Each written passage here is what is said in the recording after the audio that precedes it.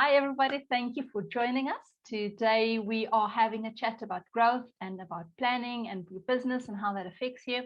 And it's in the part of the series that we've been doing. And we are joined by Stella. Stella, thank you for joining us. Can I ask you to introduce yourself and what you do and your company, please? Thank you, Charmel, and welcome, listeners. Thank you for the invitation.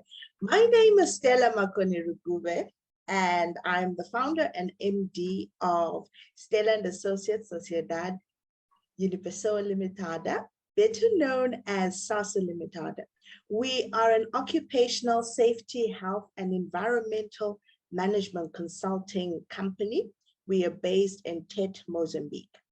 And what we do is we assist companies, organizations to develop, implement, and maintain risk-based management systems. So this could be your quality management system, that's the 9001, or it could be the occupational health and safety management system, that's the 45001. And we're looking to get into offering services as well under food safety when we're looking at the disruptions to supply that the pandemic introduced. We have seen an opportunity for our business to venture into that. We also have a division that looks at coaching, and this was born out of the pandemic, where we saw ourselves and saying, here we are, not always able to do the things that we would like to do, with all the stresses that we were faced with, and looking at the impact it had on mental health, while still in the ambit of OHS or HSE, as some people would like to look at it. It was so important for us to look at the mindset aspect, and to say, here are people we're working with. We expect them to comply with legislation. We expect them to go out and train people in an environment that isn't so conducive. So how can we support them? And mindset coaching and positive thinking is something that we have seen as being complementary to the way we do our business. During the pandemic, I was trained as a professional and certified life coach. And as of December last year, I'm a certified master coach as well. So personal development is a big part of planning as well for growth. Another division we have is that of events and events management. It is under events that we marry the two aspects of our work, which is the HSE side and the coaching side.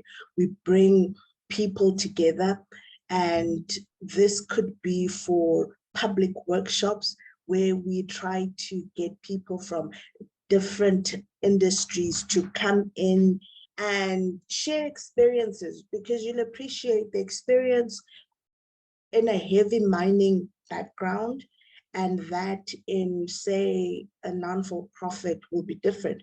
But when you're looking at issues to do with hazard identification and risk assessment, a hazard is a hazard, a risk is a risk, regardless of the background. So such public workshops allow for participants to see that what they experience in their workshops or in their work environments are not unique just to them. Under the events, we also have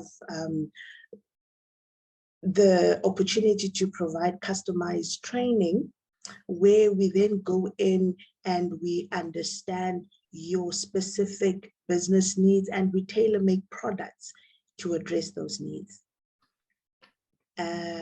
Yeah, that's who we are. We also under HSE, like I said, is risk-based, so we're looking a lot at systems, and because they are standardized, these are so fun to do. We help organizations to either develop systems from scratch, and we are looking at your risk profile, and we're looking at the team that you have. If you don't have the necessary human resources, then we are able to share our resources with you. I go out and I spend a lot of time with clients, helping them improve their HSE performance. Because of where we are, we find ourselves training a lot to address specific needs. We don't just train for the sake of training. we train to close an identified gap. And as we constantly engage with our customers to understand what their needs are, we are able to service that need now, as well as anticipate future needs. And this is how the three facets of our business come together to form SASU Limitada. Thank you for that. I love your passion and I love your excitement for what you do. So, and it's, you can, it's a tangible, it's definitely tangible. So Stella, with all the many hats that you wear, let's chat a little bit about how do you plan for growth in your business, and if you can just touch a little bit of it on it in terms of, you've expanded into coaching, a little bit of that into how we, how you plan for in your personal life as well. When planning for growth, you have to know why. It's why. There should always be a reason. You've got to know why you want to do something. So the first thing is to have a strategy. Okay, so what is it that you want to do? Do you want to introduce a new, because we are in the service industry, you are looking at a new training product or a new system. So what product do you want to introduce? And how will it help your customers, current or future? All right, it should really be driven by your customer need. And as you do that, you always, like I said, have to go back and answer that question, why? All right. Is it a new product or service that you want to introduce? Or do you want to get new customers? For the existing customers, do you want to keep them, if they're coming in and they're buying a solution, a training solution, for instance, would we want them to then come back and buy a system solution where we implement a system? Or would we want them to come back and say, you know what, we want to focus on our core business, which is mining, or it could be engineering, but we also understand that we have to comply within the ambit of the law. We don't have the requisite skills. So could you please come in and partner with us? Something we gladly do, because we have a fantastic team of consultants with a wealth of knowledge from entry level right up to your experienced practitioners. And so understand what your customer need is, and also understand that not every customer is for you. You can't serve everyone. Anything you do has to speak to your mission and your vision. Where do you want to go, and how does working with that customer help you get to where you want to go? And how does working with you help your customer or client get to where they want to go faster, better, and cheaper? And once you have your strategy, you've got to, like I said, zero in on that specific aspect that you want to grow, and with the focus that I alluded to. You then need to look at your market. You've got to conduct market research, all right? Look at the trends. You're looking at your pestle analysis, what's going on.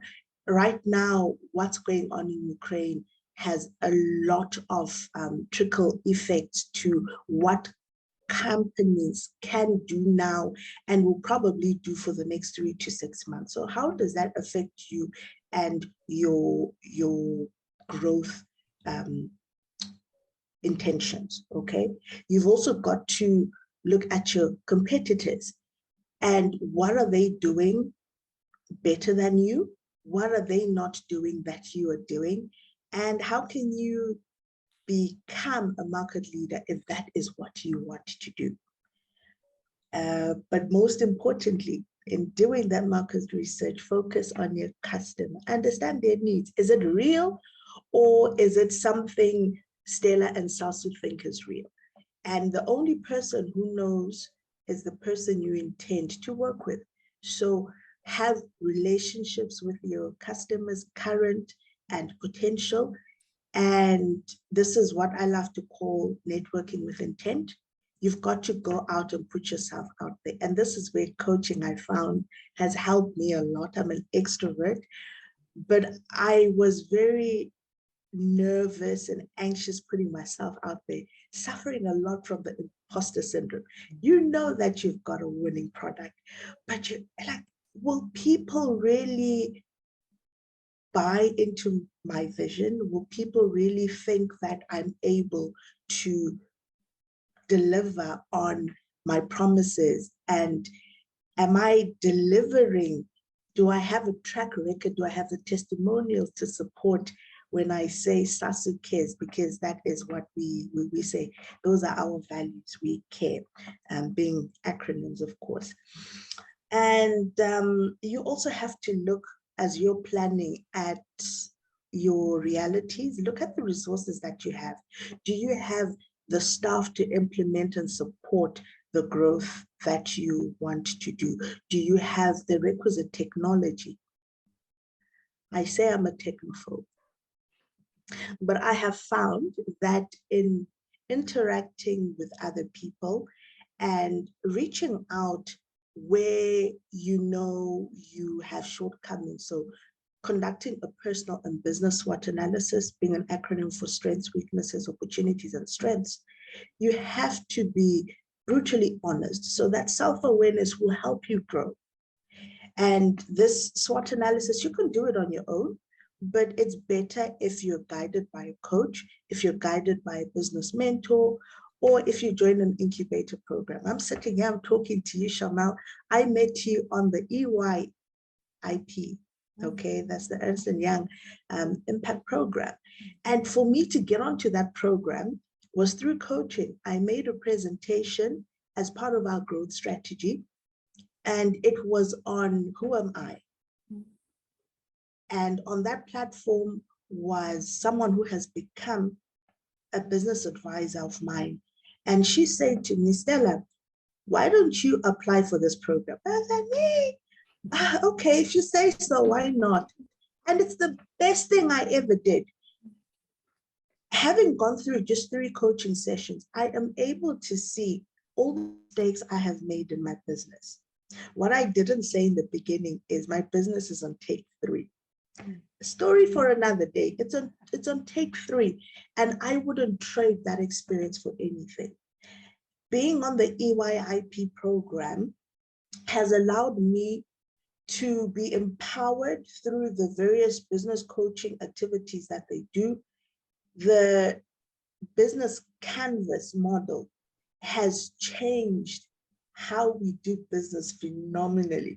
And we are nowhere near finishing it. I assure you, by the time we finish the program in June, we will not be the same SASU which existed when we went into that program. And this here speaks to resources. In the program, we are taught about the value of your networks, alliances, and partnerships. And here I am with you, and it's one thing to be empowered, it's another to work on that empowerment. It is another to implement the things that you are planning to do. You have got to be intentional in your networking. That means go out and join as many business support organizations as you can. Some are free, some you have to pay for it. But how do I know what organization to join, what Facebook page, what LinkedIn page to follow? Be guided by your mission, be guided by your vision, and be guided by your customer needs. All right? The next step after doing your market research is to then set goals. You know what needs to be done. You know what you can do. So then set goals to meet your desired outcome, where you want to go. And these goals have to be SMART, an acronym for specific. What are you looking at? Are you looking at getting new customers? Are you looking at retaining your current customers? Are you looking at getting your current customers to spend a little more in your business? When you're specific, you will know that you have arrived. So your definition of success is easy to identify. The M speaks to measurement. Are you able to say, I have arrived? And this can be qualitative, so a description, or it can be quantitative, you're looking at a number. I want to have 10 new coaching clients per week, per month, per year. Or I want each coaching client to spend a minimum of 1,000 Rand with me per interaction. You know what your needs are, so plan accordingly. If it's health and safety, I want to get 3 clients in engineering to come and work with us so that we implement new health and safety management systems. So there you go. The third one is achievable. And we touched a bit on this when we were looking at the resources you have, your people, your technology, and the networks that you have. Are the goals you are setting able to be met? The R speaks to relevance. Is your goal relevant according to the needs now? You can have a fantastic product, but if it's not what the customer wants, you're not going to sell. So you've got to know what your customer wants, what are their pains, what are their pleasures, and make sure that anything you set out to do addresses that. And the T speaks to time bound. You have to have a deadline. So by when do you want to have attracted those 10 customers? After setting your goals, you then are able to come up with your action plan. That's your to-do list. What am I going to do? How am I going to do it? When am I going to do it? Who is responsible? And how will I know that it's done? That's simple, all right? With that action plan, you then are able to put in your necessary checks and balances. You don't want to wait until the end of a cycle to say, I'm going to see that I'm on track. There are some activities you have to monitor on a daily basis because they build up to the bigger picture. You can have a fantastic plan, okay? But it is crucial for me to get back again to talking about resources. And I want to speak to your people. You have to have the right team to implement your ideas. Granted, some businesses you start on your own, but if you want to grow, you have to get people on board, and not just anyone, the right people. So if you find that social media, because it's a tool, okay, social media is not your strength, find someone who is really good at it and see how you can work with this person to help you meet your goals, okay? You need to have the right team, because if your people don't know what they have to do, it doesn't matter how fantastic your plans are, you will not be successful, or you will not be as successful as you can be. It will impact your bottom line, and it has impacts as well on your reputation in industry. We're 8 years old, and anyone who's worked with us knows that you come and work with us. We will not only meet your expectations, we will exceed what you really expected of us. And because we're intentional in developing our people, everyone who works with us, when you come in, the first 6 weeks, you are learning about the business. We're doing a lot of assessments on you. How can we help you meet your own goals? And how can helping you achieve what you want in life fit into our own intentions and goals as a business? Each person on our team has a personal development plan, and as much as we can, and luckily because we've got a training function, we incorporate every member of our team in the various programs that we have, so we're upskilling you. Some people can say that is a ridiculous strategy. You train people, you have no guarantee that they will stay. I would rather take that risk. I see it as investment. I see it as giving back, because a lot of people took time to invest in me. I am who I am due to the benevolence of other people. And so it is my duty to give back. I would rather have a well-trained person leave our team, and I have the satisfaction of knowing that we positively impacted them, and they ultimately become an ambassador for our business, because when asked, Where did you pick up these skills? Oh, I work for a company called SASU. Oh, okay. So if this is what you can do, then perhaps we would want to work with them as well. So investing in your team is crucial. Investing in yourself as a leader is even more important because everything rises and falls with leadership. You have got to know what you can and cannot do, and you've got to be willing to ask for help. Personal development is important. You've got to develop your leadership skills. Financial literacy is so important. You've got to know your numbers. When you're looking at your pricing policies, for example, you can do everything right. And then when it comes to pricing, you get hiccups there because you're not quite sure on how to go about your pricing. And it's also important as a leader to practice self-care. Set very healthy boundaries to say, I love my business, but I want my business to work for me. Okay. And you've got to have time to say, I am going to take out 2 hours every week where I just do me.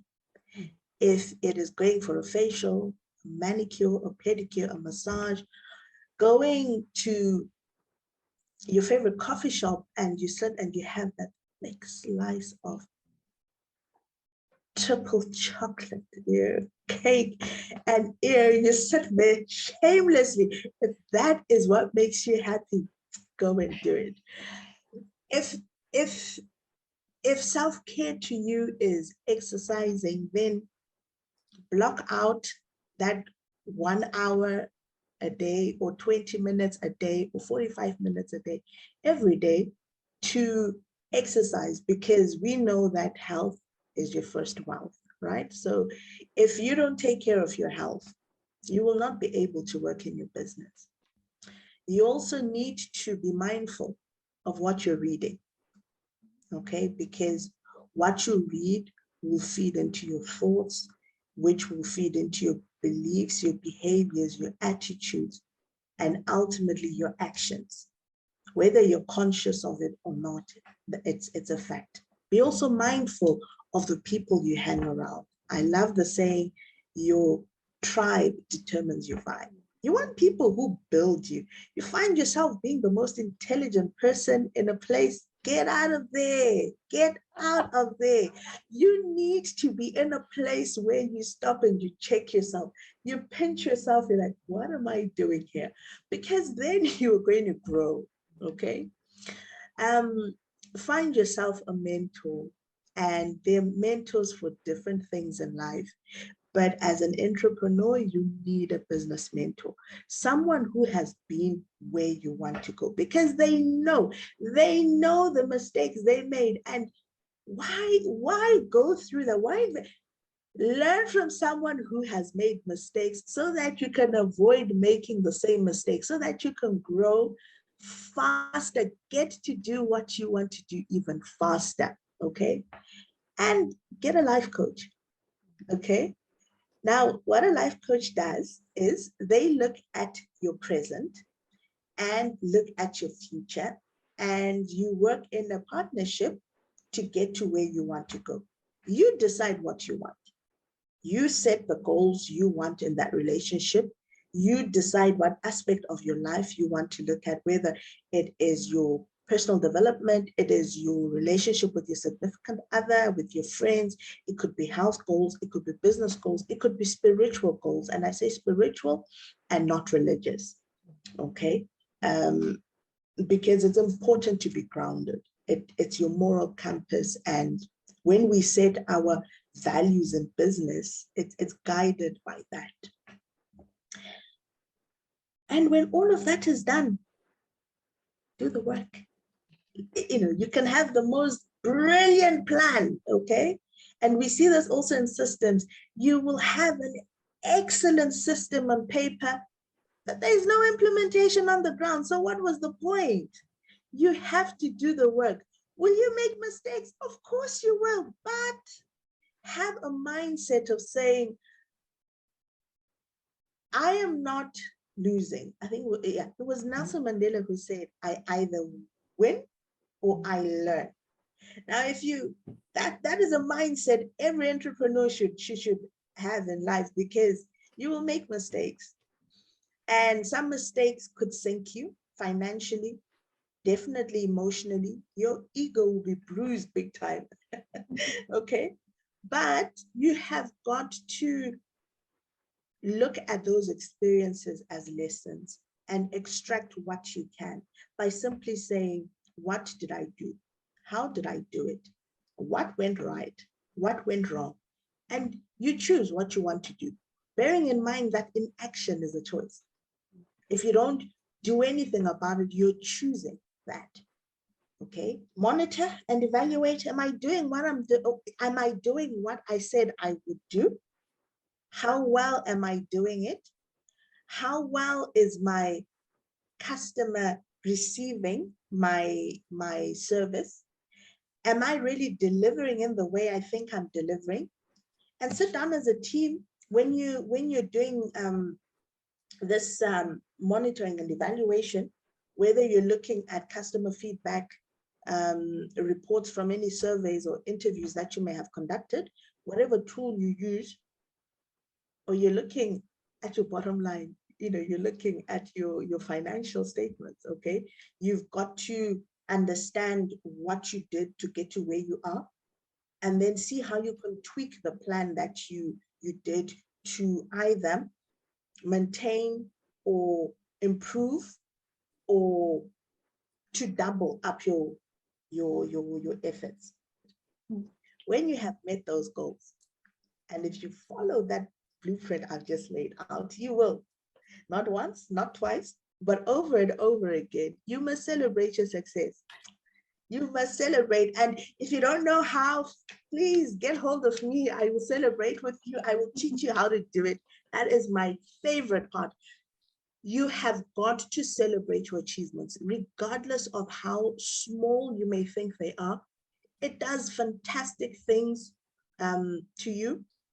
I'm not going to get into the psychology of it, but it makes you feel good. And that motivation gives you the impetus, especially when things are not going right. When you look at your past success, you're like, you know what? I did it once. I can do it again. Hey. And when you're successful, you get that ching ching, which allows you to practice self-care. Okay. So, if you set that goal that says, I've never been to Cape Town. I've always wanted to go to Cape Town. And I pray one day I can go to Cape Town. I want to take my husband and my 2 kids, Carmen and Marcus, to Cape Town, and we spend a glorious 5 days there, because, hey, I need to come and make money, right? Yes, the business can make money in my absence, but it's so important to go out there and make memories and to celebrate the success that you have realized in your business, and to understand that when you're successful, you become a beacon of hope for other people, because believe it or not, people watch you. They may pretend not to see what you're doing, but they watch you, whether they're your competitors or people who are inspired by your journey. You will be amazed at how your success story can inspire the next person to follow their dreams. And it's a privilege I do not take lightly. It weighs heavily on my shoulders. Like, hey, what do I say, if things don't quite go the way I hope things will go? But I don't do things for other people. I do things for myself. I do things for the benefit of the business and the team that depends on our success. So celebrate your success. And only you can define what success is. And only you can define what celebratory mechanism or method you want to use. Okay. And most importantly, document the lessons you've learned. Over time, you have got to build a library of lessons learned. And what this does is it promotes learning within your organization. You're not always starting from scratch. So anyone who comes in, I spoke about the 6 weeks in our business, anyone who comes in, you've got to know where we came from. You've got to know what we did. You've got to know what we got right. You've got to know what we got wrong. so that we are not repeating the same mistakes. So you then come in and you already have a springboard from which to accelerate, and that is so important. So yeah, I hope I've answered you. So, ladies and gentlemen, that's what a masterclass looks like.